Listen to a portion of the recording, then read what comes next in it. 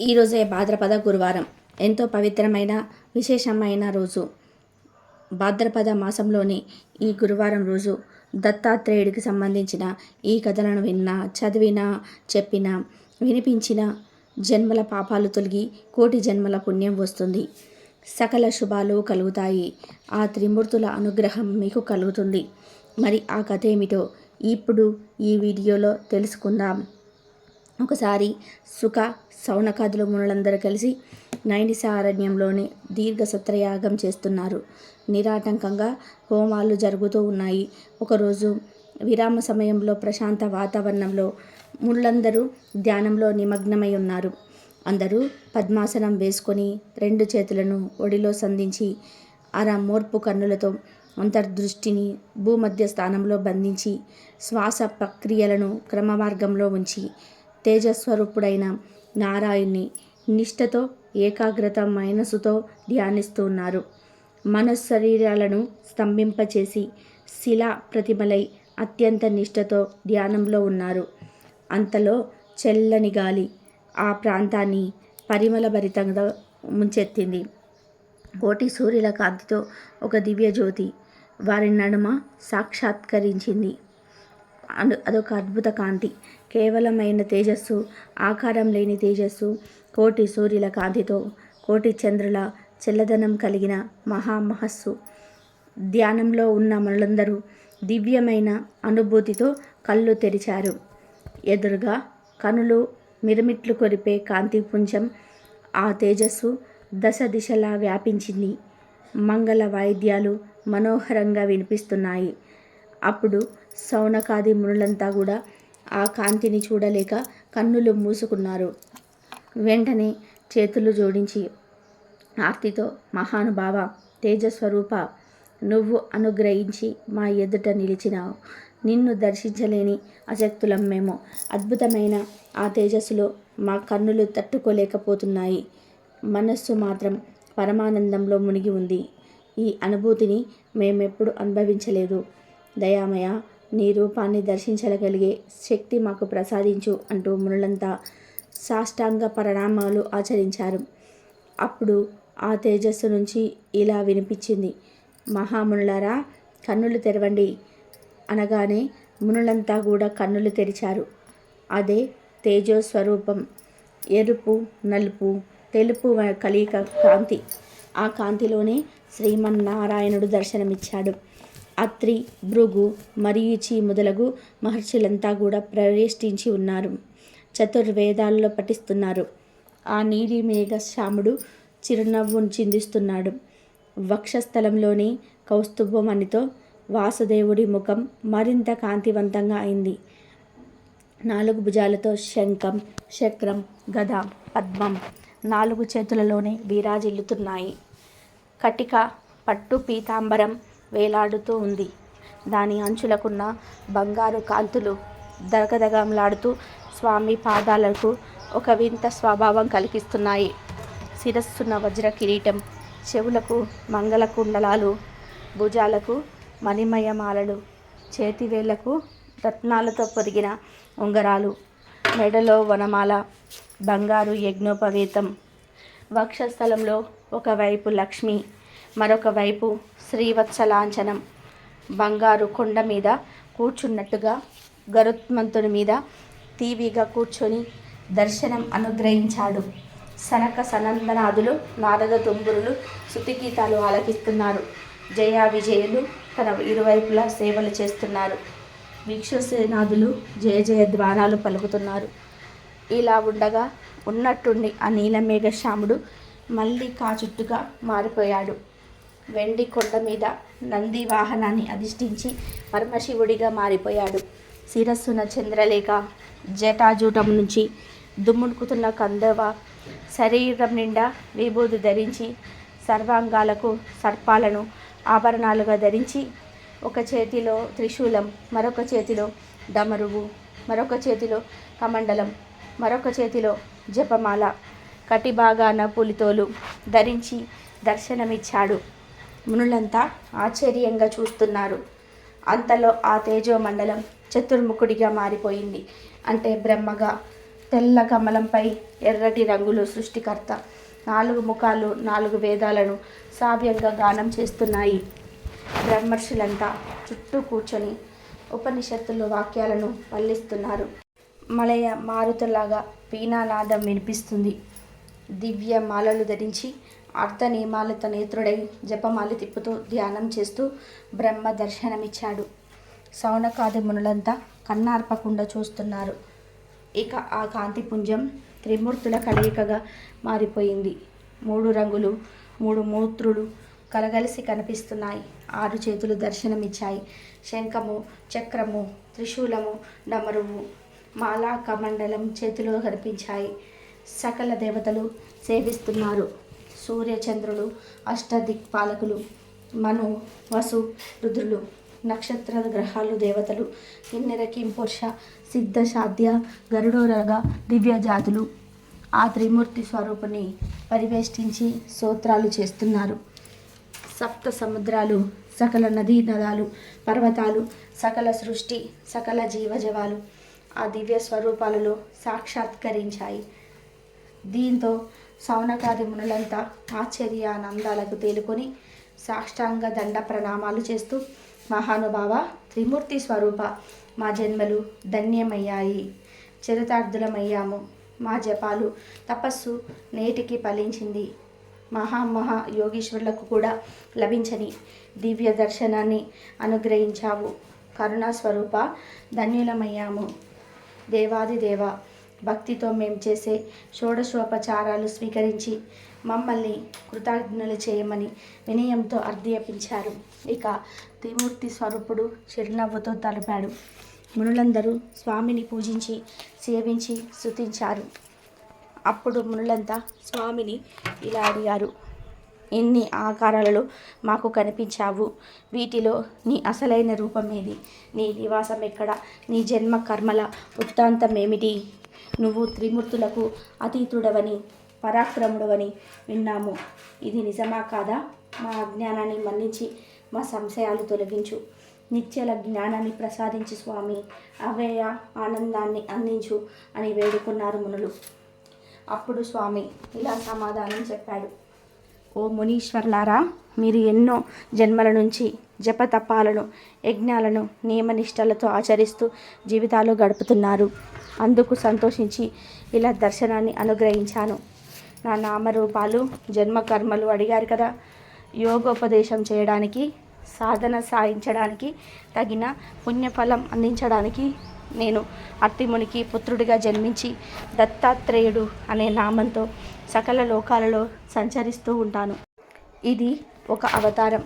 ఇంకా ఎన్నో జన్మలు, ఎన్నో రూపాలు, ఎన్నో నామాలు నాకు ఉన్నాయి. వాటిని చెప్పడం 1000 నోళ్ళు కలిపినా వాటికైనా అసాధ్యం. కానీ వీటిలో కొన్నిటిని సూత మహర్షి చెప్పగలడు. అతను వ్యాసుడి యొక్క ప్రత్యక్ష శిష్యుడు. గురు అనుగ్రహం వలన సకల పురాణాలు అతడికి తలతలిగా మలకాలు.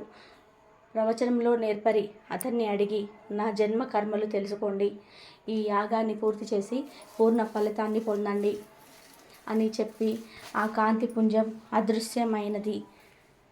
ఇచ్చిన మాట ప్రకారం దత్తాత్రేయ స్వామి అతని మహర్షికి ఆశ్రయ దంపతులకు జన్మించాడు. ఒకసారి సూతుడు సౌనకాది మునులకు ఇలా తెలియజేశాడు. సౌనకాది మునులారా, బ్రహ్మదేవుడు కలికి చెప్పిన గురు శిష్యుల సంభాషణ మీకు వివరిస్తాను. శ్రద్ధగా వినండి.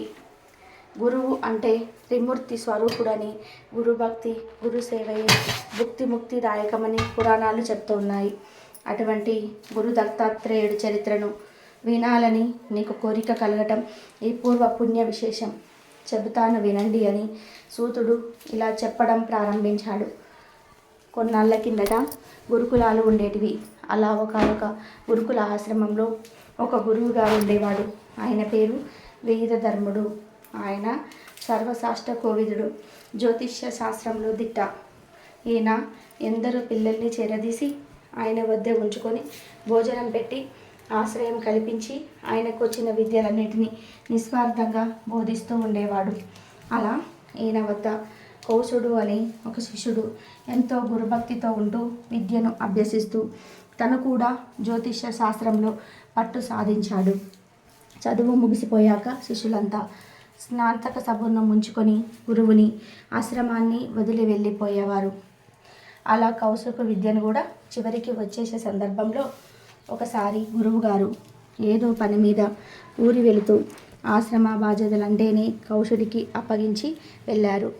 ఆయన తిరిగి వచ్చేసరికి ఆయన లేని లోటు లేకుండా అన్నీ యథావిధిగా జరుగుతూ ఉండడం చూసి ఎంతో సంతృప్తితో ఆనందించారు గురువుగారు. ఇది ఇలా ఉండగా సాధక సభ జరిగే రోజు రానే వచ్చింది. అందరూ గురువుగారితో తమకున్న అనుబంధాన్ని చెప్పుకొని ఆయన వద్ద ఆశీర్వచనాలు తీసుకొని తమ తల్లిదండ్రులకు తమ తమ ఇళ్లకు వెళ్ళిపోయారు. ఈ కౌత్సకం మాత్రం నోరు మెదపలేదు. తల్లిదండ్రులు ఎంత బతిమిలాడినా వారితో వెళ్ళడానికి విముఖత చూపించారు. చేసేది లేక అతని తల్లిదండ్రులు వెళ్ళిపోయారు. గురువుగారు కౌసుని పిలిచి తను మాత్రం వెళ్ళకపోవడానికి కారణం ఏమిటి అని అడుగుతాడు. అప్పుడు కౌశుడు బోరున విలపిస్తూ, గురువుగారు, మీరు పొరుగురు వెళ్ళినప్పుడు మీరు నేర్పిన జ్యోతిష్య విద్యతో మీ జాతకం చూశాను. ఈ కార్తీక మాసం 15 రోజులలో భ్రమకి దారుణమైన కుష్ఠరోగం రాబోతుందని మీ గ్రహస్థితి చెబుతుంది. నాకు చదువు నేర్పించి తిండి పెట్టిన మిమ్మల్ని కష్టమైన కాలంలో వదిలి వెళ్ళలేను. కనుక మీతోనే ఉండి సేవలు చేసి మీరు ఆరోగ్యవంతులైన తర్వాతే వెళ్తాను. అప్పటిదాకా మిమ్మల్ని వదిలి వెళ్ళిపోనన్నారు. అది విన్న గురువుగారు ఆశ్చర్యం, ఆనందం, దుఃఖం అన్నిటినీ కూడా కలగలిపిన ముఖ అనుభూతితో ఆనంద బాష్పాలు రాల్చాడు. కౌచుడు మాత్రం ఈయనకి ఆ వ్యాధి రాకుండా ఏమేమి చేయాలో ఆలోచించి గురువుగారితో ఫలానా జపాలు, పూజలు, యాగాలు చేద్దాం, తద్వారా మీకు రోగం రాదు అంటాడు. దానికి గురువుగారు ప్రాణార్థం భోగతో నసి అన్నట్టుగా ప్రారబ్ధం అనేది ఎప్పుడైనా అనుభవించాల్సిందే. కనుక ఇప్పుడు అనుభవించి నేను విముక్తుడిని అవుతున్నాను అన్న ఆనందంతో ఉన్నాను. కనుక నువ్వు బాధపడకు అంటాడు. అప్పుడు గురువుగారు మాటలను కాదనలేక, కాశీలో పాపం చేసిన పుణ్యం చేసిన రెట్టింపు ఫలం వస్తుంది అంటారు. కనుక మనం అక్కడికి వెళ్ళి పుణ్యకార్యాలు చేద్దాం, తద్వారా మీరు త్వరగా కోలుకుంటారు అంటాడు కౌశుడు. సరే అని గురు శిష్యులు ఇద్దరు అక్కడికి ప్రయాణం అవుతారు. కాశీ వెళ్ళిన తర్వాత అక్కడ విద్యాదానం చేయటం, శివ పంచాక్షరి మంత్రాన్ని జపం చేయటం, చేతనైనంతలో ఇతరులకి సహాయ సహకారాలు చేయటం, ఇలా ఎన్నెన్నో మొదలుపెట్టాడు కౌశుడు. మిట్ట మధ్యాహ్నం కాళ్ళకి చెప్పులు లేకుండా జోలి పట్టుకొని తిరిగి అన్నాన్ని తెచ్చి గురువుగారు వద్ద వెళ్ళి దాన్ని తినేవాడు. ఒక్కొక్కసారి గురువుగారు ఆయన తిననీయక అన్నాన్ని విసిరేసేవాడు. చీటికి మాటికి కౌసుని కొట్టడం, తిట్టడం చేయటం, చీదరించుకోవడం వంటివి చేసేవాడు. అయినా కూడా ఎక్కడ విసుక్కోకుండా గురువుగారికి వ్యాధి ముదిరి మరింత బాధ పెడుతుంది కాబోలు. పల్లెత్తు మాటనని ఈయన ఇలా ప్రవర్తించడానికి కారణం అదే అనుకుంటా అని మరింత సేవలు చేసేవాడు కౌసుడు. కౌసుడి గురుభక్తిని గమనిస్తున్న బ్రహ్మ, విష్ణు, మహేశ్వరులు ఒక పందెం వేసుకున్నారు. మన ముగ్గురిలో ఎవరి కౌసుని గురువువారి వద్ద నుంచి పంపుతారో వారే మనలో గొప్పవారు అని అనుకున్నట్టుగా ముందుగా బ్రహ్మ మారువేషంలో వచ్చి ఇలా పలికారు. నువ్వు కాశీ వచ్చినప్పటి నుంచి చూస్తున్నాను. ఎందుకు ఆయన దగ్గర అన్ని మాటలు పడుతూ ఉంటుంటావు? పెద్దవాడిని చెప్తున్నాను, నా మాట విని వేరే గురువుని చూసుకొని వెళ్ళిపో అన్నాడు. దానికి కౌశుడు ఇలా పలికాడు. గురువుని అది ఇటువంటి పరిస్థితుల్లో బాధపడుతున్న ఆయన్ని వదిలేయమని చెప్తున్నా. మీరు పెద్దవాళ్ళు ఎలా అవుతారు? మీరు మా గురువు గారి పరిస్థితుల్లోనూ ఉంటే శిష్యుడు వదిలిపెట్టి పోవాలని అనుకుంటారా అనేసరికి బ్రహ్మ నోట మాట రాక వెళ్ళిపోతాడు. తర్వాత విష్ణువు మారువేషంలో వస్తాడు. కౌశుడితో ఇలా పలుకుతాడు. రోగంతో ఉన్న గురువుగారికి సేవ చేస్తున్నందుకు నిన్ను మనస్ఫూర్తిగా అభినందిస్తున్నాను. కానీ చేసిన మేలు మనిషి కృతజ్ఞుడికి సేవ చేస్తే పాపం కూడా వస్తుంది. కనుక ఆయన్ని వదిలి వెళ్ళిపో అంటాడు. దానికి కౌశుడు ఇలా సమాధానం చెప్తాడు. కృతజ్ఞత అన్నది ఏదైనా ఉంటే ఇటువంటి సమయంలో వదిలి వెళ్ళిపోతే నాదవుతుంది, కానీ నన్ను చేరదీసి భోజనం పెట్టి నా నుండి ఏమీ ఆశించకుండా తన విద్యనంతా కూడా ధారపోసిన ఆయనది కాదు అనేసరికి విష్ణువు తిరుగుతాడు. ఇక ఈశ్వరుడు మారు వేషంలో వెళ్ళి ఇలా పలుకుతాడు. కౌత్స, మానవ సేవే మాధవ సేవ అన్నమాట వాస్తవమే, కానీ ఇలా చిత్కారాలు పొందుతూ ఎందుకు? తను తినడం మానేయడమే కాక నువ్వు తినే వేలు కూడా లేకుండా అన్నం నేలపాలు చేయడం తప్పు కాదా? నువ్వు దూరమైతేనే నీ విలువ తెలిసి వస్తుంది కనుక కొన్నాళ్ళు దూరంగా ఉంటూ అంటాడు. దానికి కౌసుడు సాష్టాంగపడి ఇలా సమాధానం చెప్తాడు. తిండికి లేక బాధపడే నాకు తిండి పెట్టడమే ఎక్కువ, పైగా జీవితం అంతా కూడా తిండి పొందగల విలువనిచ్చి విలువైన విద్యనిచ్చి నాకు ధారపోశాడు. కొన్ని సంవత్సరాల పాటు ఉచితంగా భోజనం పెట్టి వృద్ధి చేసిన ఆయనకి కొన్ని రోజులు నన్ను ఉపవాసం ఉండైనా సరే చేసే హక్కు ఉంది కనుక మహానుభావ, వీలైతే నాకు ఒక సహాయం చేయండి. మీ ముందు ఇంకో ఇద్దరు వచ్చారు, మీరిక్కడే కాపలా ఉండి ఇలాంటి అనవసరమైన నీతులు మరెవరు చెప్పకుండా చేయండి చాలు అన్నాడు కౌసుడు. అంటే ఆ ముగ్గురు ఇతని గురుభక్తికి మెచ్చి, కౌత్స, మేము త్రిమూర్తులం మీ గురుభక్తికి మెచ్చాము. మేము పెట్టిన పరీక్షల్లో నువ్వు నెగ్గి నీ అపారమైన గురుభక్తిని చాటుకున్నావు, నీకు మోక్షాన్ని ప్రసాదిస్తాము అని పలికారు. దానికి ఆనందించిన కౌసుడు ఇలా చెప్పాడు. ఓ త్రిమూర్తులారా, దత్తాత్రేయ స్వరూపమా, నీ దర్శన భాగ్యం నా అదృష్టం. నీ గురించి నాకు చెప్పింది మా గురువుగారే. ఇప్పుడు ఇద్దరి దర్శన భాగ్యం కలిగించింది కూడా ఆ గురువుగారే. కనుక నాకు నా గురువే బ్రహ్మ, నా గురువే విష్ణువు, నా గురువే మహేశ్వరుడు, మీ ముందరిని సృష్టించిన ఆ పరబ్రహ్మ ఎవరైతే ఉన్నారో ఆయన కూడా నాకు నా గురువే. అందువల్ల నాకు మోక్షాన్ని అర్హత వచ్చింది అంటే నాకు ఇన్ని నేర్పించి ఇంతలా తీర్చిదిద్దిన మా గురువు గారికి కూడా ఆ అర్హత ఉన్నట్లే కనుక ఆయనకే ఇవ్వండి అన్నాడు కౌసుడు. ఇటువంటి గురుభక్తి ఉన్నందుకు శిష్యుని, అటువంటి గొప్ప శిష్యుని తయారు చేసినందుకు గురువుని, ఇద్దరిని కూడా మెచ్చిన త్రిమూర్తులు ఇద్దరికి మోక్షాన్ని ప్రసాదించారు అంటూ ఈ కథను సూతుడు సౌనకాది మునులకు తెలియజేశాడు. దత్తపురాణంలోని ఈ కథను విన్నవారికి ప్రతి ఒక్కరికి కూడా ఆ దత్తాత్రేయుడు అనుగ్రహం అందరికీ కలుగుతుంది. అష్టైశ్వర్యాలు కలుగుతాయి, ఆయురారోగ్యాలు కలుగుతాయి. ఈరోజే భాద్రపద గురువారం, ఎంతో పవిత్రమైన రోజు. ఈ రోజుకు అదృష్టం ఉన్నవారు మాత్రమే ఈ కథను ఇప్పుడు వింటున్నారు. చిన్నప్పుడు మన పెద్దవాళ్ళు చెప్పేవాళ్ళు, పాపాలు చేస్తే నరకానికి పోతారని, పుణ్యాలు చేస్తే స్వర్గానికి పోతారని. నరకంలో అనేక శిక్షలు వేస్తారు, నూనెలో వేయించి వేంపుతారు, భయంకర జంతువులు ఉన్న చోట వదిలేయడాలు ఉంటాయని చెప్తూ ఉండేవారు. అయితే మరణించిన తర్వాత ఏమవుతుందనే విషయం ఎవరికీ తెలియదు. ఆత్మ ఉంటుందా, అసలు మరణం అంటే ఏమిటి, మరణం తాలూకు రహస్యాన్ని తెలుసుకోవడానికి ఎంతోమంది ప్రయత్నించారు. అసలు మరణం గురించి హిందూ పురాణాలు ఏమని చెప్తున్నాయి? మరణం గురించి మాట్లాడాలంటే గరుడ పురాణం గురించి ఎందుకు చెప్తారు? మరణానంతరం జరిగే పరిణామాల గురించి గరుడ పురాణంలో ఏముంది? పుట్టిన వానికి మరణం తప్పదు, మరణించిన వారికి పుట్టుక తప్పదు. తప్పించుకోవడానికి వీలు లేని ఈ విషయంలో నువ్వు దుఃఖించటం తగదు అని భగవద్గీతలో జనన మరణాల గురించి అర్జునుడికి శ్రీకృష్ణుడు చెప్పాడు. అయితే జననం మనిషికి ఎంతో సంతోషాన్ని కలిగిస్తే మరణం మాత్రం తీవ్ర విషాదాన్ని మిగులుతుంది. వాస్తవానికి మనిషికి ఈ సృష్టిలో అత్యంత బాధాకరమైన విషయం మరణం. ఇది ఊహకు అందనిది, ఊహించలేని అత్యంత క్లిష్టమైన పరిస్థితి. మరణం తర్వాత ఏం జరుగుతుంది? సమాధిలోని ఆ భయంకరమైన ఆ నిశ్శబ్దంలోనే, ఒంటరితనంలోనే తన తదుపరి జీవితం ఎలా ఉంటుంది? తాను లేని తను వాళ్ళు ఎలా జీవిస్తారు? మరణానంతరం మరుజన్మ ఉంటుందా? ఇవన్నీ ఆ మనిషిని ఒక్క క్షణంలోనే ఎంతో ఉక్కిరిబిక్కిరి చేస్తాయి. నిజం చెప్పాలి అంటే మరణం కన్నా కూడా అత్యంత భయంకరమైనది వారి మానసిక సంఘర్షణ. ఎందుకంటే ఈ జన్మలో మనం చేసుకున్న పాపపుణ్యాలను బట్టి మరణానంతరం మనం స్వర్గానికి వెళ్తామా లేదా నరకానికి వెళ్తామా అని ఆధారపడి ఉంటుందని మన పెద్దలు చెప్తూ ఉన్నారు. అయితే తాను చనిపోబోతున్నట్లు మరణించే ముందు ఆ మనిషికి తెలుస్తుందా? మరణానికి సంబంధించి సంకేతాలు మనిషికి తెలుస్తాయా అంటే అవుననే సమాధానం వినిపిస్తుంది. గరుడ పురాణంలోనే చెప్పిన దాని ప్రకారం మరణానికి కొద్ది సెకండ్ల ముందే మనిషికి సృష్టి అంతా కనిపిస్తుంది.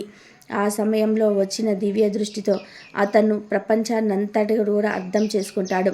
కానీ ఆ క్షణంలో ఏమీ మాట్లాడలేరు. అయితే ఈ సమయంలోనే యమదూతలను చూస్తాడు. వారు అత్యంత వికారంగా, భీతి కొల్పేలాగా నల్లగా, ఆయుధాల వంటి పెద్ద పెద్ద గొడ్డళ్లతో అత్యంత భయంకరంగా కనిపిస్తారు. దీంతో మనిషికి నోటి నుండి దుమ్ము వస్తూ దుస్తువులలోనే మలమూత్ర విసర్జన చేస్తారు. శరీరంలో ఎలాంటి చర్ణం లేకుండా గట్టిగా మారిపోతుంది. తనను ఎవరొకరికి తీసుకుపోవడానికి యముడు పంపించిన యమదూతలు మాత్రమే అతను చూస్తాడు. యమదూతల భయంకర రూపం చూసి నోరు కూడా తడియారిపోతుంది. యమలోకానికి వెళ్ళేటప్పుడు ఆత్మ అలసిపోయిన విశ్రాంతి తీసుకోవడానికి యమదూతలు అనుమతించరు. యమలోకానికి వెళుతున్న ప్రయాణంలో ఆత్మను యమదూతలు చాలా ఇబ్బందులకు గురి చేస్తారు. మొండిగా వ్యవహరించే ఆత్మలను యమదూతలు అతి కిరాతకంగా కొరడాలతో కొడతారు. దేవుణ్ణి పూజించని వారికి, ఇతరులతో తప్పులను క్షమించని వారికి స్వర్గానికి వెళ్ళడానికి యమరాజు అనుమతించడు. యమలోకానికి చేరిన వెంటనే యమరాజు ఒకసారి ఆత్మను వారు చనిపోయిన స్థలానికి పంపిస్తాడు. చనిపోయిన వ్యక్తికి తన కుటుంబ సభ్యులు అంత్యక్రియలు చేస్తున్నారా లేదా, ఆత్మశాంతి కోసం కర్మ నిర్వహిస్తున్నారా లేదా అని తెలుసుకోవడానికి ఆత్మను మళ్ళీ క్రిందకు పంపుతాడు. అష్టాదశ పురాణాలలో గరుడ పురాణం ఒకటి. మొత్తం 18,000 శ్లోకాలతో నిండి ఉన్న ఈ మహాపురాణాన్ని వేదవ్యాసుడు అని రచించగా దీనిని సాక్షాత్తు శ్రీ మహావిష్ణువు స్వయంగా తన వాహనమైన గరుత్మంతుడికి ఉపదేశించాడు. అందుకే ఈ పురాణానికి గరుడ పురాణం అని పేరు వచ్చింది. ఈ పురాణంలోని జీవి చావు పుట్టుకలు, మరణించిన తర్వాత జీవుడు ఎక్కడికి వెళతాడు, వైతరణి నది ఎలా ఉంటుంది, నరకంలో ఏ ఏ పాపాలకు ఎలాంటి శిక్షలు విధిస్తారు, ఆ శిక్షలను తప్పించుకోవడానికి ఏం చేయాలి తదితర విషయాలను విపులంగా వివరించబడ్డాయి. ఈ భూమి మీదకు వచ్చిన కట్టె ప్రాణి ఏదో ఒక రోజున ఏదో ఒక కారణం చేత మరణించక తప్పదు. జీవుడి ఆయుర్దాయం ముగియగానే ఆ జీవికి కేటాయించబడిన యమదూతలు సూక్ష్మ రూపంలో ఉండే ఆత్మను శరీరం నుండి వేరు చేసి అతని శ్రాద్ధకర్మలు ముగిసే వరకు ప్రేత రూపంలో తన వంశీకులు సమర్పించిన పిండాలను స్వీకరించే వరకు 12 రోజుల వరకు ఆ ప్రదేశంలోనే ఉంచుతారు. ఆ సమయంలో నీవు ఈ జన్మలో ఎటువంటి కర్మలు చేశావు, నీకు దగ్గర వారు ఎవరు, నిన్ను దూషించేవారు ఎవరు తదితర విషయాల గురించి చూపిస్తారు. ప్రేత రూపంలో తన కర్మఫలాన్ని స్వీకరించిన అనంతరం ఆ జీవిని తమ యమపాశంతో బంధించి భూమికి 86,000 యోజనాలు అంటే సుమారు 7 లక్షల కిలోమీటర్ల దూరంలో గల యమపురికి ప్రయాణమవుతారు. జీవిని నరకానికి తీసుకువెళ్ళే సమయంలో సౌమ్యము, శౌరి, నాగేంద్ర భవనము, గంధర్వ, కౌంచ, క్రూర, విచిత్ర భవనము, బాహ్వపద, నానాక్రంద, రౌద్ర, వయోవర్తన, బహుపీతి అనే 16 నదులు ఎదురవుతాయి. ఇలా ప్రయాణించి 171వ రోజుకి యముని సోదరుడైన విచిత్రరాజు పరిపాలించి విచిత్ర భవనం అనే భవనానికి చేరుకుంటాడు. ఈ నగరానికి ఆనుకుని వైతరణి నది ఉంటుంది. నగరానికి చేరుకోవాలి అంటే ముందు ఈ వైతరణి నది దాటాలి. ఈ నదిలో నీటికి బదులు చీము, నెత్తురు సలసలా మరుగుతూ ప్రవహిస్తూ ఉంటాయి. దీనిలోనే ప్రపంచంలోని ఉన్న అతి భయంకరమైన జీవులు, విషసర్పాలు, క్రిమికీటకాలు తిరుగుతూ ఆ నదిని దాటుతున్న జీవుని చిత్రహింసలకు గురి చేస్తాయి. అయితే ఈ నదిని దాటిన సమయంలో జీవుణ్ణి యమదూతలు ఎలా అడుగుతారు, ఓ జీవుడా, నీవు కానీ నీ వారు కానీ ఎవరైనా గోదానం చేశారా అని అడుగుతారు. ఒకవేళ గోదానం చేసి ఉంటే పడవలో వైతరణి నదిని దాటిస్తారు. గోదానం చేయకపోతే మాత్రం జీవిని సలసల మరిగే నదిలో ముంచుతూ చిత్రహింసలు చేస్తూ ఉంటారు, తీసుకువెళ్తారు. ఇలా ఈ బాధలని భరిస్తూ ముందుకు వెళ్తూ ఉండగా సీతాజ్ఞ అనే నగరం వస్తుంది. ఇక్కడ ఆ జీవి చేసిన పాపపుణ్యాల చిట్టా మొత్తం ఇక్కడ ఉంటుంది. ఇక్కడ సిబ్బంది మొత్తం లెక్కల పుస్తకాన్ని ఆ జీవి చేతిలో పెట్టి ముందుకు పంపిస్తారు. జీవి మరణించినప్పటి నుండి ఇక్కడకు చేరుకోవడానికి సరిగ్గా 361 రోజులు పడుతుంది. మరణించిన తర్వాత ఇక్కడికి చేరుకోవడానికి సరిగ్గా 361 రోజులు పడుతుంది. మరణించిన తర్వాత 361వ రోజు నుండి 3 రోజుల పాటు సంవత్సరికాన్ని నిర్వహిస్తారు. దీంతో ఆ జీవికి భూమిపై ఉన్న బంధాల నుండి విముక్తి లభిస్తుంది. ఒకవేళ శాస్త్రోక్తంగా సంవత్సరికం చేయకపోతే ఆ జీవి మరిన్ని బాధలు పడవలసి వస్తుంది. ఇలా మరణించిన సంవత్సరానికి ఆ జీవుడు తన పాపపుణ్యాలను చిట్టాను పట్టుకొని బహువీధి పురానికి చేరుతాడు. అక్కడ అతడు లేదా ఆమె చేసిన పాపపుణ్యాల ఆధారంగా శిక్షలు అనుభవించడానికి వీలుగా ఓ యాతన శరీరంలోని ఆ జీవిని ప్రవేశించబెడతారు. దీనికి స్పర్శ, వాసన ఉంటాయి. దీన్ని అగ్గిలో వేసిన నొప్పి తేలుస్తుంది, కానీ భస్మం కాదు. ఈ యాతన శరీరంలో జీవిని ప్రవేశపెట్టిన యమశంకరులు దక్షిణ ద్వారం గుండా యమపురికి చేరుస్తారు. ఈ విధంగా యాతన శరీరం దాచి నరకంలోకి ప్రవేశించిన జీవుడికి అతడి చేతిలో ఉన్న పాపపుణ్యాలను లెక్కల ఆధారంగా యముడు ఇతన్ని ఎక్కడికి పంపించాలో నిర్ణయిస్తాడు.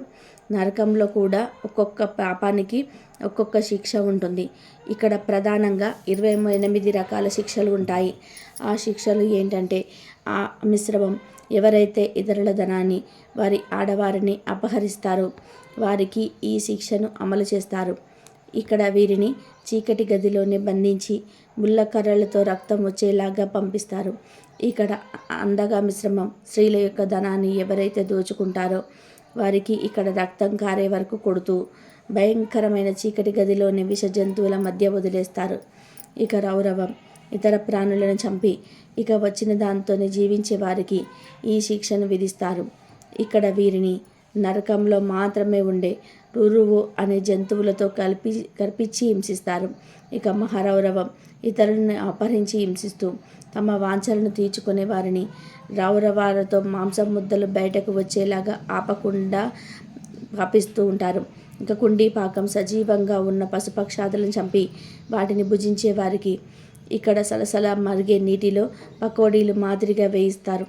ఇక కాలసూత్రం తల్లిదండ్రులను వేదానికి ఎవరైతే అపకారం తలపెడతారో అలాంటి వారిని ఇక్కడ బగబగ మండే సూర్యుడి వైది తగులుతూ ఉంటే రాగి పాత్రలో వేసి కింద మంటను పెట్టి సూదులను కాల్చిగుచ్చుతారు. ఇక అసీపత్రవనం వేద విరుద్ధంగా పనులు చేసేవారికి ఈ శిక్ష వేస్తారు. ఇలాంటి వారిని యమభటులు కొరడాలతో గొడ్డును బాదినట్టు బాధిస్తూ శరీర భాగాలను పదునైన కత్తులతో కండలుగా కోస్తూ హింసిస్తారు.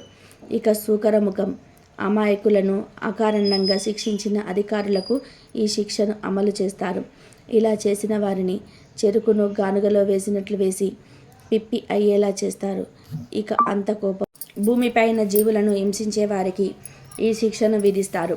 వీరిని చీకటి గదిలోనే బంధించి ఏ జీవులనైతే హింసించాడో ఆ జీవులతో రక్తాలు కారేటట్టుగా కరిపించి హింసిస్తారు. ఇక క్రిమి భోజనం అతిథులకు, అభాగ్యులకు అన్నం పెట్టకుండా దాన్నం మాత్రమే తినేవాడికి ఈ శిక్షను విధిస్తారు. ఇక్కడ భయంకరమైనటువంటి జీవులు కలిగిన 1,00,000 యోజనాలు కలిగిన కొండలో వారికి ఆహారంగా పడేస్తారు. ఇక సప్తసది బ్రాహ్మణులను, పేదవారిని హింసిస్తూ వారి ఆభరణాలను దోచుకునే వారికి ఈ శిక్షను విధిస్తారు. ఇక్కడ పావి శరీరాన్ని కనకన మండే ఇనుప కడ్డీల మీద ఉంచి సూదిగా ఉన్న ఇనుప పూసులతో కుచ్చుతూ తండిస్తారు. ఇక తప్తాసూర్మి వావి వరుసలు మరిచి శృంగారం చేసేవారికి ఈ శిక్షను అమలు చేస్తారు. ఇలా చేసిన వారిని లోహంతో చేయబడిన పురుష, స్త్రీ రూపాలను సలసలా మరిగించి వాటిని కౌగిలించుకునేలా చేస్తారు. ఇక వజ్రకంటక శాల్మిని పశువులతో సంభోగించిన వారిని ఇక్కడ పదునైన ముళ్ళును మూలుగ చెట్టు మీదకి ఎక్కించి తాళ్లతో మెడకు బిగించి కిందకు లాగుతారు. ఇక వైతరణి నది బాధ్యత కలిగిన పదవిలో ఉండి తన పనిని సక్రమంగా నిర్వర్తించక అసత్యాలు ఆడుతూ అందరినీ మోసం చేసేవారికి ఈ శిక్షను వేస్తారు. ఇక్కడ పాపిని చీము, నెత్తురు, కేశాలతో భయంకరంగా ఉన్న వైతరణి నదిలో దింపి లోపల ఉన్న జీవులకు ఆహారం వేస్తూ ముందుకు నడిపిస్తారు. ఇక పూజాదన శుచి శుభ్రం ఉండగా ఆచారాలను సక్రమంగా పాటించని వారిని ఇక్కడ మలమూత్రాలతో నిండిన చెరువులో పడేస్తారు. ఇక ప్రాణరోధ కుక్కలను గాడిదలను పెంచే వృత్తిగా పెంచుకున్న బ్రాహ్మణులను వేటాడి క్రూరంగా హింసిస్తారు. ఇక వైశాన మతం పేరుతో ఎవరైతే మూగజీవాలను బలి ఇస్తారో అలాంటి వారిని యమభటువులు కోళ్లతో రక్కుతూ సూదులతో గుచ్చుతూ విచిత్రంగా హింసిస్తారు. ఇక లాలాభక్ష ఎవరైతే వారి భార్యను తన అవసరానికే వాడుకొని డబ్బు సంపాదిస్తూ ఉంటారో అలాంటి వారికి ఈ శిక్షను విధిస్తారు.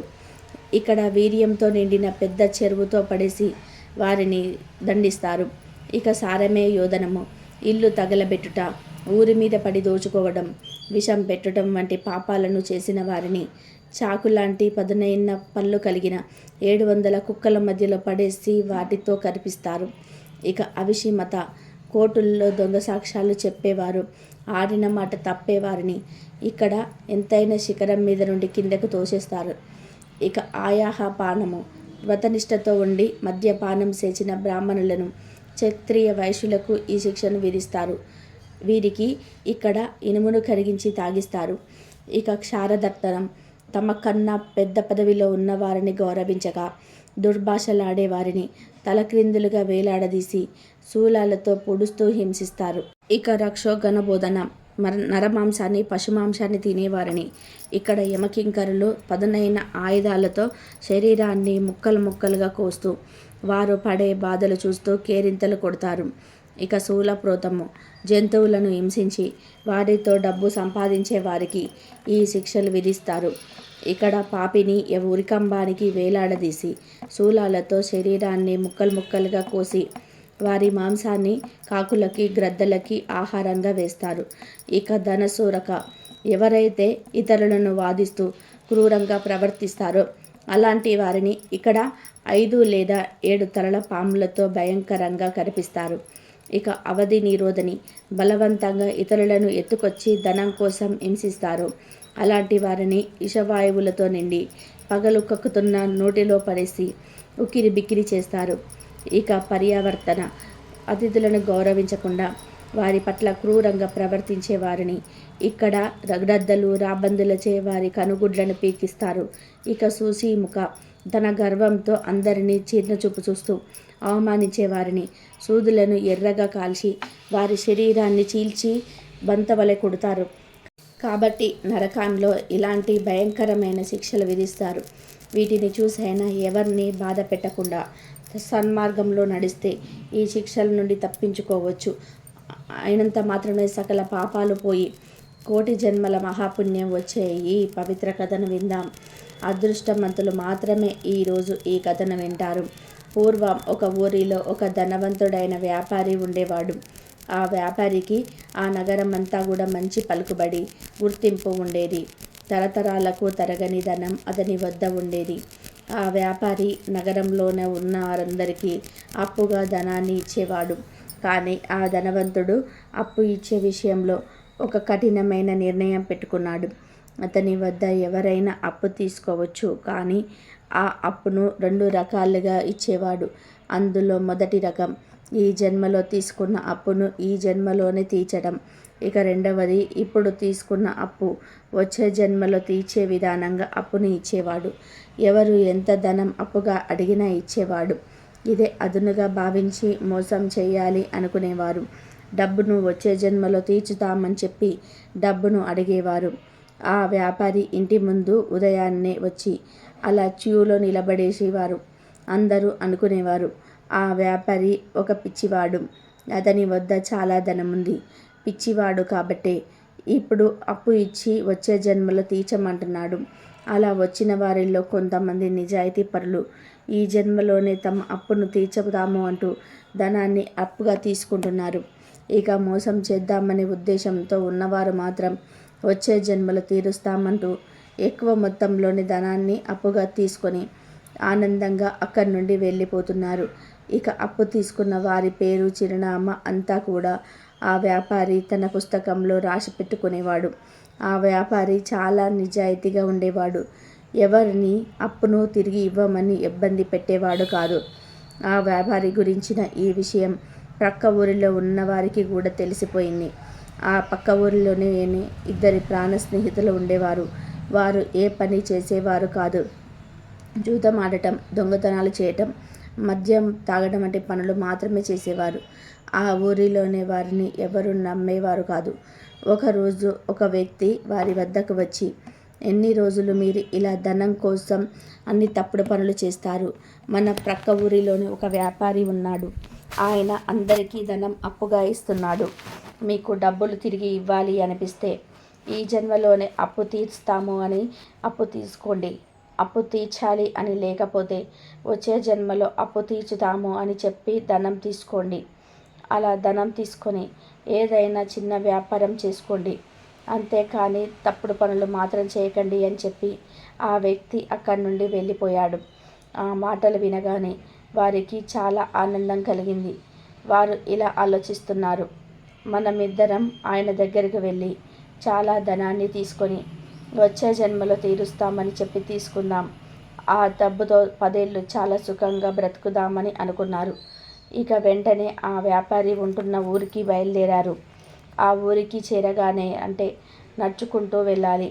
వారిద్దరూ నడుచుకుంటూ మరునాడు ఉదయానికి ఆ వ్యాపారి ఉంటున్న ఊరికి చేరుకొని వాళ్ళిద్దరూ వ్యాపారిని కలిసి అతి వినయంగా దొంగ ఏడుపులు ఏడుస్తూ ఇలా అంటున్నారు, మేము మీ గురించి చాలా గొప్పగా విన్నాము. మా పరిస్థితి ఇప్పుడు అసలు బాగోలేదు. పేదరికంతో పిల్లలకు సరిగ్గా 2 పూటల తిండి కూడా పెట్టలేకపోతున్నాము.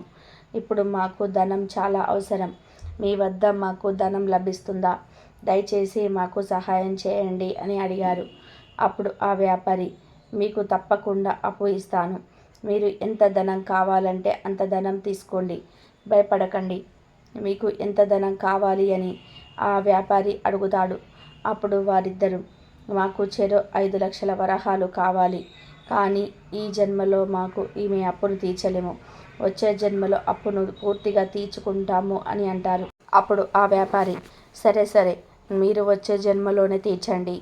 కానీ ఎటువంటి అభ్యంతరం లేదు అంటూ వచ్చే జన్మలో తీర్చే అప్పు అని వారిద్దరిపై పేర్లు, చిరునామా తమ పుస్తకంలో రాసుకొని ఒక్కొక్కరికి 5 లక్షల వరహాలను చొప్పున 10 లక్షల వరహాలను ఇచ్చేశాడు. ఆ డబ్బులు తీసుకొని ఎంతో ఆనందంగా ఇద్దరు అక్కడి నుండి వెళ్ళిపోయారు.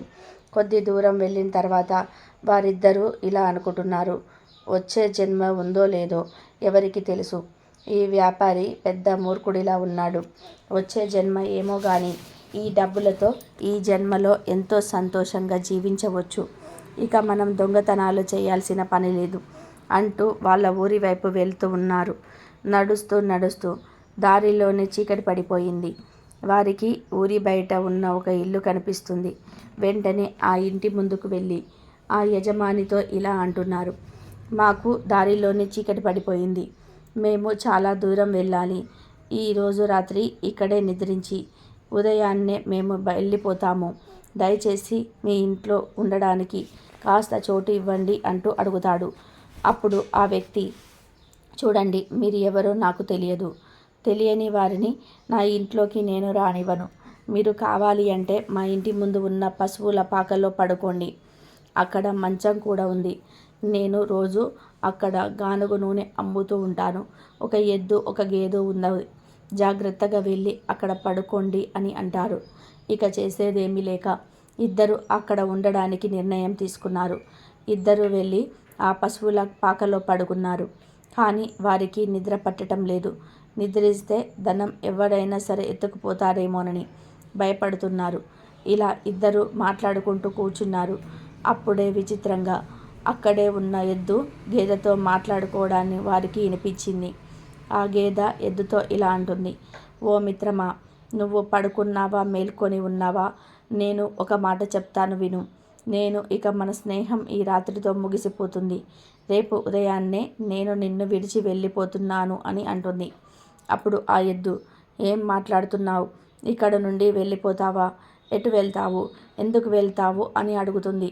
ఇదంతా కూడా ఆ ఇద్దరు వ్యక్తులు వింటూనే ఉన్నారు.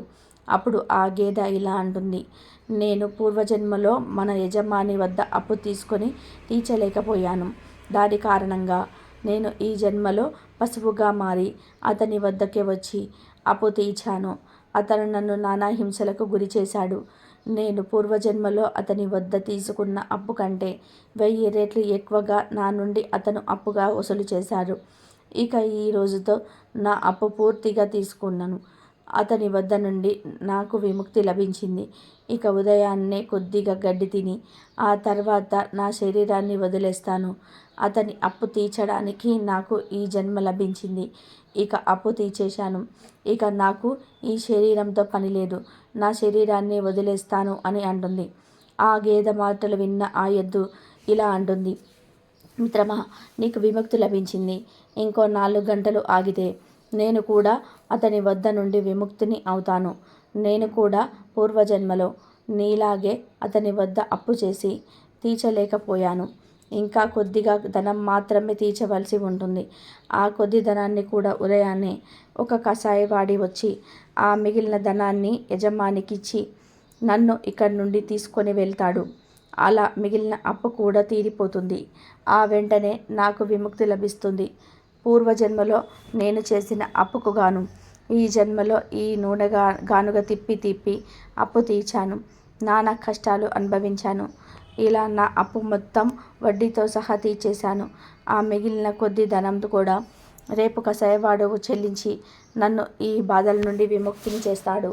నేను కొద్ది దూరం ఆ కసాయివాడి వెంట వెళ్ళి తర్వాత నా ప్రాణాలను వదిలేస్తాను. అలా నాకు ఈ జన్మ నుండి విముక్తి లభిస్తుంది అని అంటుంది ఆ ఎద్దు. ఆ మాటల్ని ఆ ఇద్దరు వ్యక్తులు విని, ఇదేంటి, ఈ పశువులు విచిత్రంగా మాట్లాడుకుంటున్నాయి, అసలు ఇక్కడ ఏం జరుగుతుంది అనుకుంటూ ఆ ఇద్దరు వ్యక్తులు ఆశ్చర్యపోయారు. అలా ఆలోచిస్తూ ఉండగానే తెల్లవారిపోయింది. ఆ పశువుల వద్దకు వారి యజమాని వచ్చి వాటికి గడ్డి పెడతాడు. ఆ గేదెల గడ్డి తిని కొద్దిసేపట్లోనే కిందకు పడిపోయి తన ప్రాణాలను వదిలేసింది. మరణించిన ఆ గేదెను చూసి ఆ యజమాని చాలా బాధపడతాడు. ఇదంతా చూస్తున్న ఆ ఇద్దరు వ్యక్తులు, అరే, నిజంగానే ఆ గేదె చెప్పినట్టే తన ప్రాణాలను వదిలేసింది. రాత్రి మనం విన్నట్టుగానే జరిగింది. అంటే నిజంగానే గత జన్మలో ఈ గేదె ఈ యజమాని వద్ద అప్పు తీసుకొని వాటిని తీర్చడానికి ఈ జన్మలో గేదెలాగా వచ్చి కష్టపడి తన గత జన్మ అప్పును తీర్చింది. అంటే ఈ ఎద్దు కూడా ఇప్పుడు మరణిస్తుందా అని అనుకున్నారు. ఇలా ఒక 4 గంటలు గడిచాక ఒక కసాయివాడు అక్కడికి వచ్చి, నీ ఎద్దును నాకు అమ్ముతావా అంటూ ఆ యజమానిని అడుగుతాడు. అప్పుడు ఆ యజమాని, ఎలాగూ ఈ ఎద్దు ముసలిది అయింది, దానిని అమ్మి మరొక ఎద్దును కొనుక్కుందామనుకుని ఆ ఎద్దును అమ్మడానికి ఒప్పుకున్నాడు. ఇక కసాయివాడు యజమాని అడిగిన ధనాన్ని ఇచ్చి దానిని కొనుక్కున్నాడు. ఇక దానిని తీసుకొని అక్కడి నుండి వెళ్ళిపోయాడు. అప్పుడు ఆ ఇద్దరు వ్యక్తులు, ఈ ఎద్దు విషయంలో కూడా చెప్పినట్టుగానే జరుగుతుంది.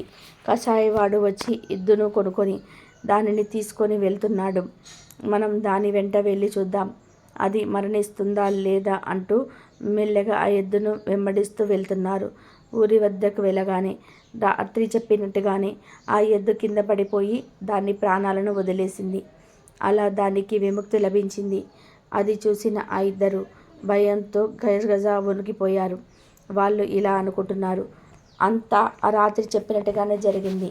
ఆ గేదె అతని వద్ద తప్పు చేసి ఈ జన్మలో అతని వద్దనే పనిచేసి అప్పు తీర్చి మరణించింది. ఈ ఎద్దు కూడా అలానే చేసింది. అంటే మనం ఈ జన్మలో ఎవరి వద్దనైనా అప్పు తీసుకొని వాటిని తిరిగి చెల్లించకపోతే వచ్చే జన్మలో వారి వద్దనే పశువులాగా వచ్చి కష్టపడి అప్పు తీర్చి మరణించాలి. ఇప్పుడు మనం కూడా ఆ వ్యాపారి వద్ద అప్పు తీసుకున్నాము అంటే మనం కూడా ఈ అప్పును చెల్లించకపోతే వచ్చే జన్మలో ఆ వ్యాపారి వద్దకే వచ్చి పశువుల్లా జన్మించి నానా కష్టాలు పడి అప్పు తీర్చాల్సి ఉంటుంది. అప్పుడు ఆ ఇద్దరు బాగా ఆలోచించుకొని, వద్దు, మనకి అప్పు వద్దు, మనం వెళ్ళి ఆ వ్యాపారికి ఈ ధనం తిరిగి ఇచ్చేద్దాం.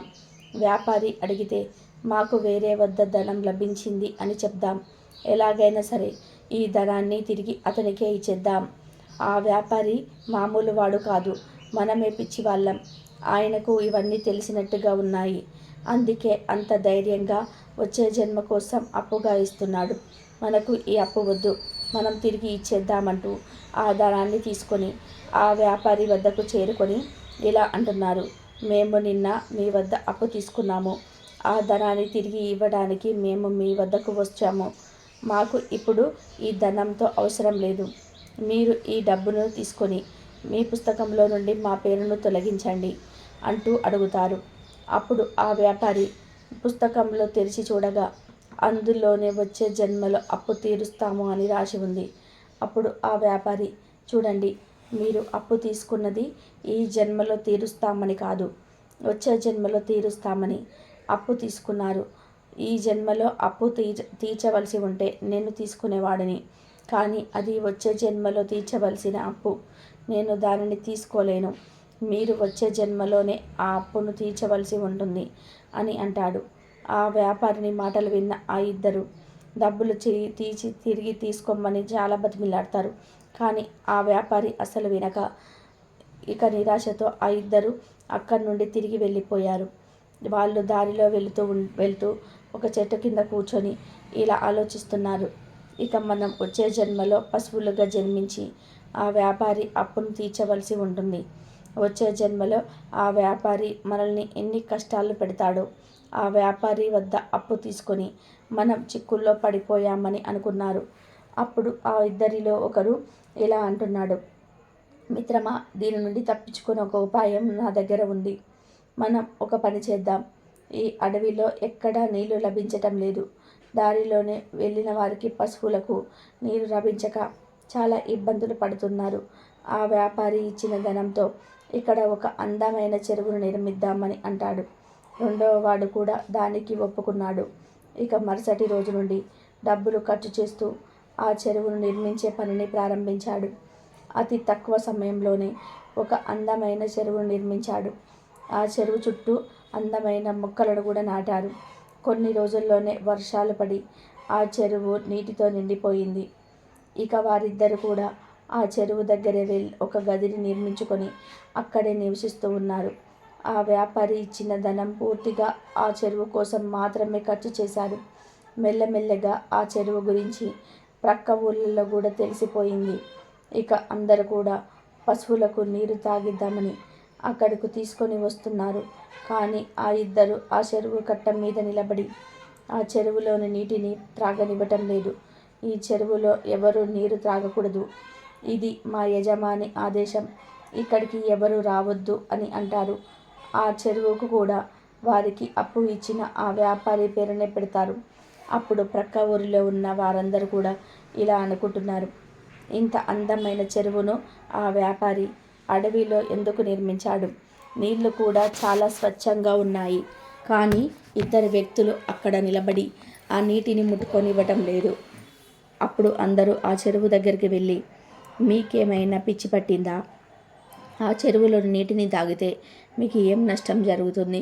ఎవరికి ఉపయోగపడకపోతే ఇంత ఖర్చు పెట్టి మీ యజమాని ఇక్కడ చెరువును ఎందుకు నిర్మించాడు అని అడుగుతారు. అప్పుడు ఆ ఇతరు వ్యక్తులు, చూడండి, ఇందులో మా తప్పేమీ లేదు.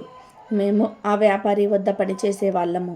ఆయన ఎలా చెప్తే అలాగా మేము చేస్తాము. ఇది ఆయన ఆదేశం. ఆయన ధనంతోనే ఈ చెరువును నిర్మించాము. మీరు ఏమైనా అడగాలని ఉంటే ఆయన వద్దకే వెళ్ళి అడగండి అని అంటారు. అప్పుడు ఆ ఊరి వాళ్ళు చెప్తున్నది నిజమే. వీళ్ళు వ్యాపారి వద్ద పనిచేసే వాళ్ళు మాత్రమే. ఆయన ఏది ఆదేశిస్తే అదే చేస్తారు. మనం నేరుగా ఆ వ్యాపారి వద్దకే వెళ్ళి ఆయన్నే అడుగుదామంటూ ఆ వ్యాపారి వద్ద చేరుకొని ఆయనతో ఇలా అంటున్నారు, మీరు అంత అందమైన చెరువును నిర్మించారు, కానీ ఆ చెరువు నుండి ఎవరిని నీరు తాగనివ్వటం లేదు. మరి ఆ చెరువును ఎందుకోసం నిర్మించారు అని అడుగుతారు. చెరువు గురించి అడగగానే ఆ వ్యాపారి ఆశ్చర్యపోయి, మీరు ఏ చెరువు గురించి మాట్లాడుతున్నారు? నేను కొత్తగా ఏ చెరువును నిర్మించలేదు అని అంటారు. అప్పుడు ఆ వ్యక్తులు, లేదు, మేము మా కళ్ళతో మేము చూసి వస్తున్నాము. ఆ చెరువుకు కూడా మీ పేరే పెట్టి ఉంది. అక్కడ ఇద్దరు పనివాళ్ళు కూడా ఉన్నారు. ఆ ఇద్దరు చెరువులో నుంచి నీటిని త్రాగనివ్వటం లేదు అని అనగానే అప్పుడు ఆ వ్యాపారి, సరే వెళ్ళి చూద్దాం, మీరు చెప్పిన ఆ చెరువు దగ్గరికి వెళ్దామంటూ వాళ్ళతో కలిసి ఆ చెరువు వద్దకు చేరుకున్నాడు. అందమైన ఆ చెరువును చూసి ఆ వ్యాపారి కూడా ఆశ్చర్యపోయాడు. ఆ చెరువు కట్ట మీద ఆ ఇద్దరు వ్యక్తులు కనిపించారు.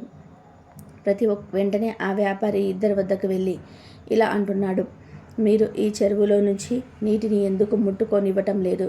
మీరు ఈ చెరువును నా పేరు మీద ఎందుకు నిర్మించారు? నా పేరుతో ఈ చెరువును నిర్మించి నా పేరు చెప్పి ఎవరికి నీటిని ఇవ్వటం లేదు. దానివల్ల నన్ను అందరూ తిట్టుకుంటున్నారు. దానివల్ల నాకు పాపం తగులుతుంది. నేను ఈ చెరువును నిర్మించలేదు. అసలు ఎందుకు ఇలా చేస్తున్నారు అంటూ అడుగుతారు. అప్పుడు ఆ వ్యక్తులు ఊరంతా వింటూ ఉండగా ఇలా అంటున్నారు. మేము మీ వద్ద 10 లక్షల వరహాలు వచ్చే జన్మలో తీరుస్తామని అప్పుగా తీసుకున్నాము. కానీ వేరే దగ్గర మాకు ధనం లభించటంతో మేము 10 లక్షల వరహాలు అప్పుగా తీద్దామని అనుకున్నాము. కానీ మీరు దానికి ఒప్పుకోలేదు. వచ్చే జన్మలో మాత్రమే ఆ అప్పును తీర్చాలి అన్నారు. కానీ మేము ఆ అప్పును ఎలాగైనా ఈ జన్మలోనే తీరుద్దామని అనుకుంటున్నాము. కానీ మీరు ఆ డబ్బును తీసుకోలేదు. అప్పుడే మాకు ఈ ఆలోచన వచ్చింది. మేము మీ డబ్బులతోటే మీ పేరు మీద ఈ చెరువును నిర్మించాము. ఎందుకంటే ఆ డబ్బులు మీవే కదా. ఇక మీరు ఆ అప్పును తీర్చినట్టుగా ఒప్పుకునే వరకు ఎవరిని ఈ చెరువులో నీటిని తాగనివ్వము. మీరు మీ పుస్తకంలో నుంచి మా పేరును తొలగిస్తేనే ఇందులో నుంచి నీటి తాగనిస్తాం. అప్పటి వరకు అందరు తిట్టుకుంటూ ఉంటారు. దాని పాపం మీకే తగులుతుంది అంటారు. అది విన్న ఆ వ్యాపారి ఆశ్చర్యపోతాడు. ఊరిలోని వారందరూ కూడా వారిద్దరూ చాలా మంచివారు, మంచి అందమైన చెరువు నిర్మించారు. అందరికీ ఉపయోగపడే పని చేశారు. వీరి అప్పును తీర్చినట్టుగా భావించి పుస్తకంలో నుంచి వారి పేరును తొలగించండి అని అంటారు. అప్పుడు ఆ వ్యాపారి, చూడండి, నేను వచ్చే జన్మలో తీర్చే అప్పును ఇప్పుడు తిరిగి తీసుకోలేను. అది వీలు పడదు అంటాడు. అప్పుడు ఆ ఇద్దరు వ్యక్తులు, ఏం పర్వాలేదు, మేమైతే ఈ చెరువులోని నీటిని ఎవరిని తాగనివ్వము. ఇక ఆ పాపం అంతా మీకే తగులుతుంది అని అంటారు. అప్పుడు ఆ వ్యాపారి, నా డబ్బులను వాడి ఈ చెరువును నిర్మించాడు. వాళ్లకు నీళ్లు ఇవ్వకపోతే నాకే పాపం తగులుతుంది అంటూ, సరే, ఈ అప్పును తీర్చినట్టుగానే భావించి ఈ పుస్తకంలో నుంచి మీ పేర్లను ఇప్పుడే తొలగిస్తున్నాను. ఇక మీరు నా అప్పును తీర్చినట్లే. ఇక ఊరందరినీ నీటిని వాడుకోనివ్వండి అంటూ ఆ ఇద్దరి పేర్లను అప్పు పుస్తకంలో నుంచి తొలగించేస్తాడు. అది చూసి ఆ ఇద్దరు కూడా చాలా సంతోషిస్తాడు. వెంటనే అక్కడ నుండి తమ ఇంటికి వెళ్ళిపోతారు. అప్పటి నుండి ఆ ఇద్దరు ఏ తప్పుడు పనులు చేయకుండా ఎంతో కష్టపడి తమ జీవితాన్ని జీవిస్తున్నారు. ఈ కథ యొక్క ముఖ్య ఉద్దేశం ఏమిటంటే, మనం ఎవరి వద్దనైనా అప్పు చేసి కానీ లేదా ఎవరి ధనాన్నైనా తీసుకొని దానిని తిరిగి చెల్లించకపోతే దానిని ఖచ్చితంగా ఏదో ఒక రూపంలో వారికి చెల్లించవలసి ఉంటుంది. తీసుకున్న ధనాన్ని వచ్చే జన్మలో వారి ఇంట్లోనే ఒక పశువుగా వచ్చి ఆ అప్పును వడ్డీతో సహా తీర్చాల్సి ఉంటుంది. అందుకే మనం ఎవరి ధనాన్ని మోసం చేసి తినకూడదు. మన ధనం వేరే వాళ్ళు తిన్నా సరే మనం మాత్రం నిజాయితీగా ఉంటూ ఎవరిని మోసం చేయకూడదు. ఆ భగవంతుడు అన్నిటినీ చూస్తూనే ఉంటాడు. ఇలాంటి 3 వ్యక్తుల ధనం ఎప్పుడు కూడా తినవద్దు. అందులో మొదటివాడు దొంగతనం, మోసం చేసి సంపాదించిన వారి ధనం మనం ఎప్పుడు కూడా తీసుకోవద్దు. అలాంటి ధనం మనం తింటే వారు చేసిన పాపాలన్నీ కూడా మనకే తగులుతాయి. ఇక రెండవది, దేవస్థానానికి సంబంధించిన ధనాన్ని మనం ఎప్పుడు కూడా తినవద్దు. అది జన్మల వరకు మనల్ని వెంటాడుతూనే ఉంటుంది. ఇక మూడవది, ఎంతో నిజాయితీగా కష్టపడి సంపాదించిన వారి వద్ద నుండి మనం ధనం తీసుకొని వారికి తిరిగి ఇవ్వకపోతే వచ్చే జన్మలో పశువులా మారి వారి రుణాన్ని తీర్చవలసి ఉంటుంది. ఈరోజు అదృష్టం ఉన్నవారు మాత్రమే ఈ కథను వింటారు. ఈ కథను ఎవరైతే వావిలి లక్ష్మీ వారను వింటారో వారి ఇంట్లో ధనం ప్రవాహంలా పుడుతుంది. వారికి జీవితంలోనే దరిద్రం దరిచేరదు. ఈ చిన్న కథను జన్మల చేసిన పాపాలు పోయి అదృష్టం కలుగుతుంది. శ్రీమాత్రే నమః.